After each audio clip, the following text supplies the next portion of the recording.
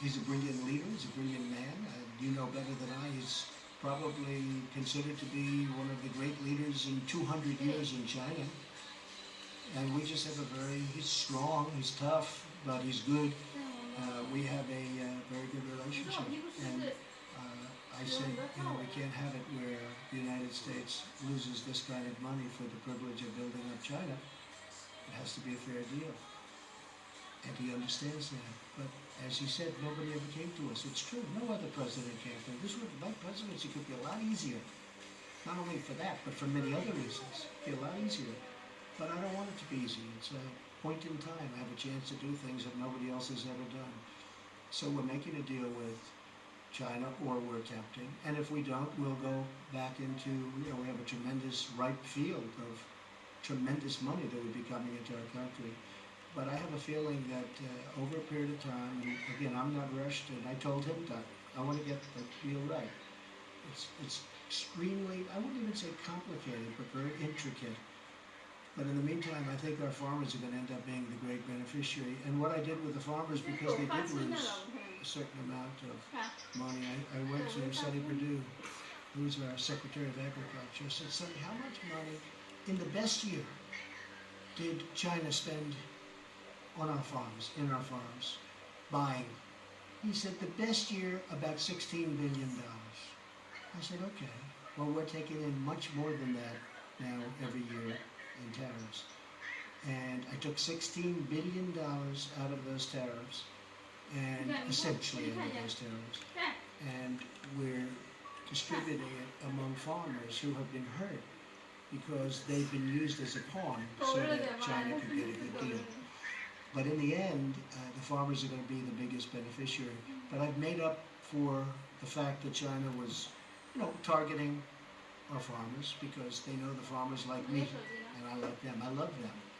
And they sort of love me, I guess, when you get right down to it. And it was 16 billion, it's a lot of money. But I took it out of the tariff money essentially, and we are in the process of distributing. The farmers could not be happier. Other than they're unusual. I had them around the table, many of the farmers, and about 5 weeks ago, they said, we don't want money, we want just a level playing field. I said, you're right. Most groups want money. They'll take any way you want to give it to them, they'll take. The farmers are in a class by themselves in so many ways. They don't want subsidies, they don't want a handout. All they want to do is have a level playing field. They're unbelievable people, and as I said, they're unbelievable patriots, John. Thank you, Mr. President. First, a quick follow-up.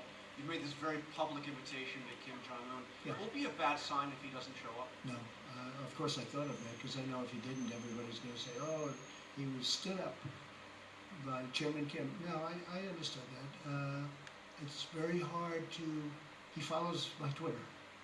And it's very hard, yeah. He follows I guess so, because we got a call very quickly. A lot of people follow it. But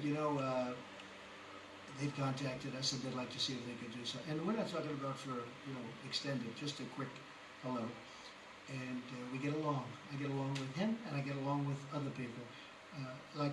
For instance, on Jim's question, it's a fair question, but I really have great relationships with everybody. I think, I said a long time ago that maybe I'll be a sleeper on foreign policy. And if you look at what's happened on foreign policy, now we are working on Iran. We'll see what happens. I think they'd like to make a deal. I think they'd be very smart to want to make a deal, but we're going to see what happens. I'm okay. I have all the time in the world.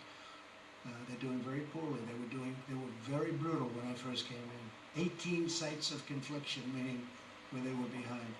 But I think on foreign policy, if you look at what's happening, and the other thing that's happening is we're not being taken for suckers anymore. I mean, we have countries where we'd lose on defending them because we defend a tremendous percentage of the world, and they don't pay us for it. And then on top of it, we lose money with that same country on trade.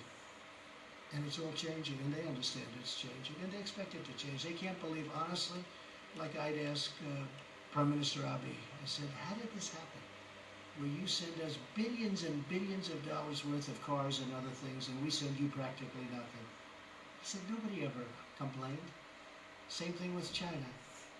I said, You send a car to us, we charge you essentially nothing. It's 2.5%, but basically you don't have to, there are ways around that.